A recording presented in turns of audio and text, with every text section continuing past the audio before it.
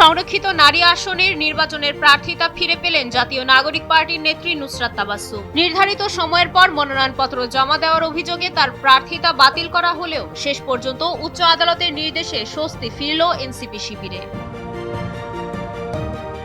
27 April সোমবার বিচারপতি আহমেদ সোহেল ও বিচারপতি ফাতেমা আনোয়ারের হাইকোর্ট বেঞ্চ নুসরাত তাবাসসুমের মনোনয়নপত্র গ্রহণ করতে নির্বাচন কমিশনকে নির্দেশ দেন। আদালতে তার পক্ষে আইনি লড়াই চালান অ্যাডভোকেট মোহাম্মদ হোসেন লিপু সহ একদল আইনজীবী।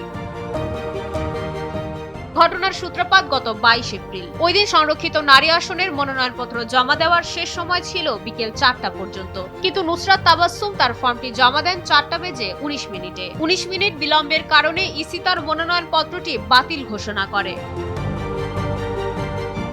ইসির এই সিদ্ধান্তের বিরুদ্ধে ন্যায় বিচার পেতে হাইকোর্টের দ্বারস্থ হন নুসরাত। এর আগে একই দলের যুগ্ম আহ্বায়ক মনিরা শারমিনের প্রার্থিতাও স্থগিত করেছিল কমিশন। তবে উচ্চ আদালতে আজকের এই আদেশের ফলে নুসরাতের নির্বাচনে অংশগ্রহণের পথ এখন পরিষ্কার।